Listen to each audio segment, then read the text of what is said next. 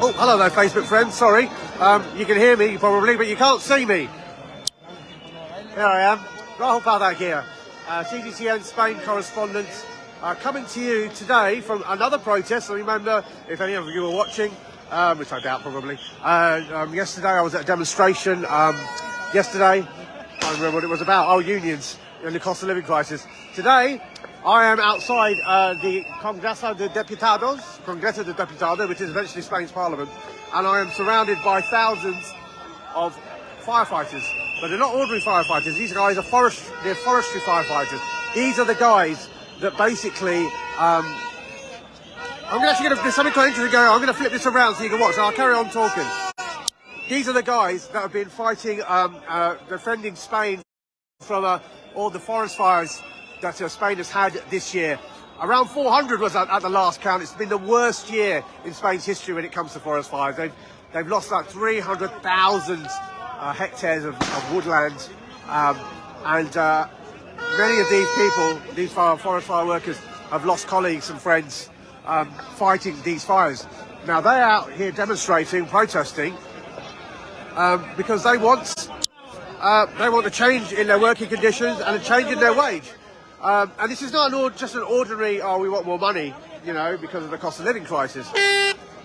That is true, they do want more money because of the cost of living crisis, but it's actually, these people, these workers, are not actually classed in law as firefighters.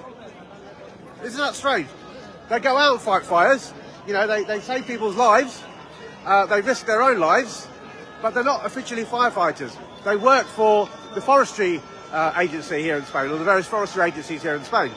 So as a result, they don't get the same level of legal protection, I guess, or healthcare and insurance protection that regular firefighters get. Even though these guys have been on the front line defending Spain in its worst year of wildfires it's ever had.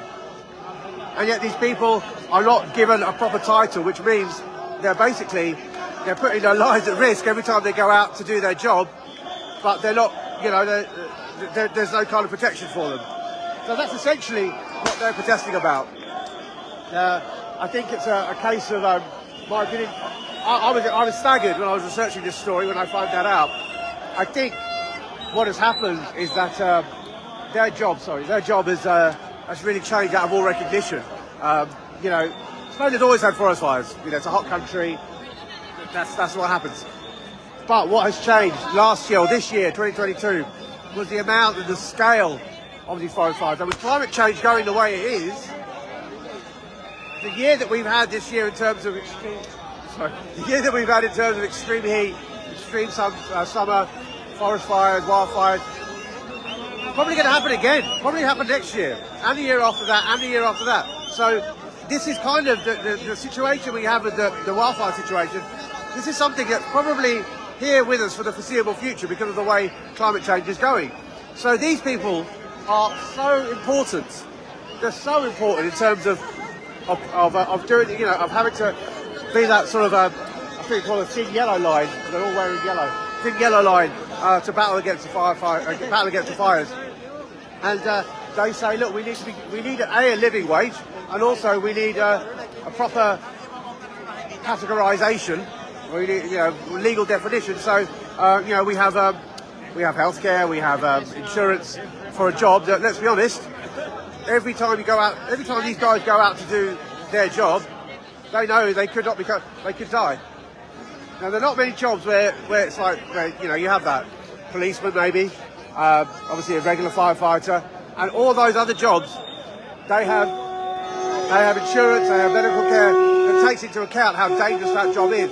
These guys have nothing. And I was asking, or my producer Miguel, because I don't speak Spanish, Miguel was asking one of the firefighters, has your job got more dangerous in the last year because we had the massive increase in forest fires this year? And he said the job's always been dangerous. You know, fire hasn't become more dangerous in the last year. There's not small fires. It's always been a dangerous job, and none of them do this job for the money because, frankly, the money it's not very good considering what they're doing. They do it because they believe in it and they're passionate about it and they want to help people and they want to save lives. So this is not really a group of workers saying, oh, we want more money, blah, blah, blah. It's not that. They literally, their job has changed out of all recognition. I mean, they're fighting fires still, but they're fighting more fires.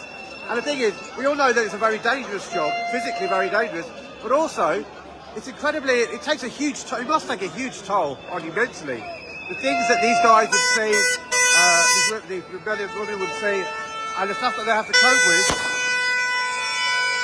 I'm going to move away because it's a bit loud.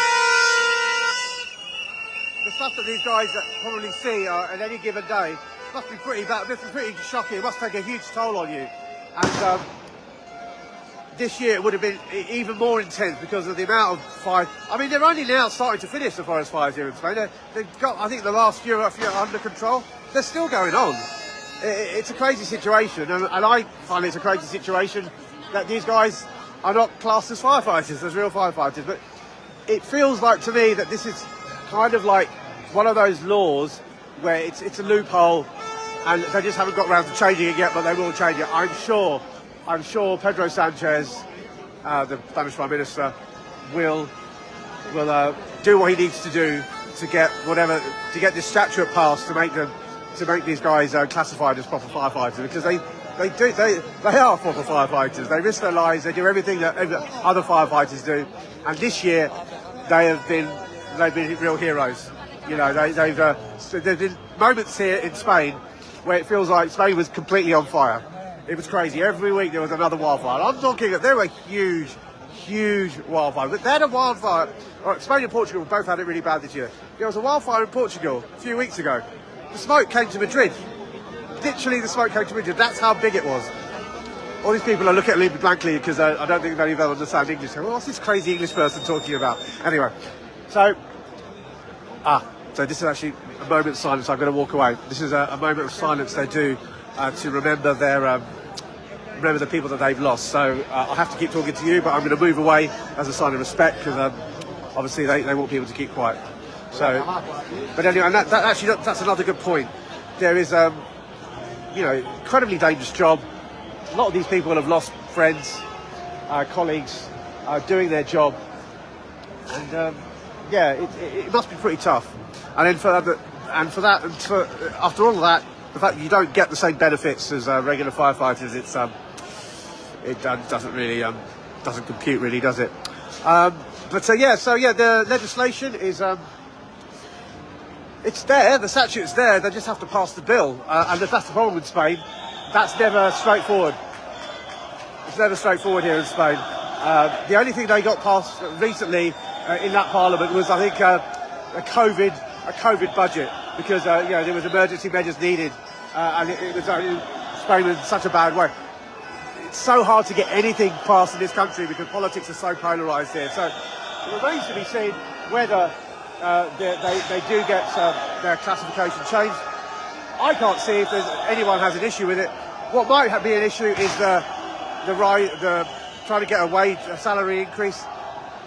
Pedro Sanchez is terrified.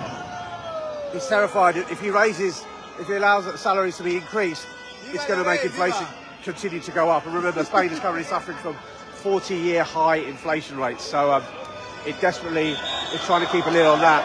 And these firefighters, are just the latest in a long line of people saying, we need more money, we need a higher salary to cope with the increased rate of inflation. So the police are stopping it.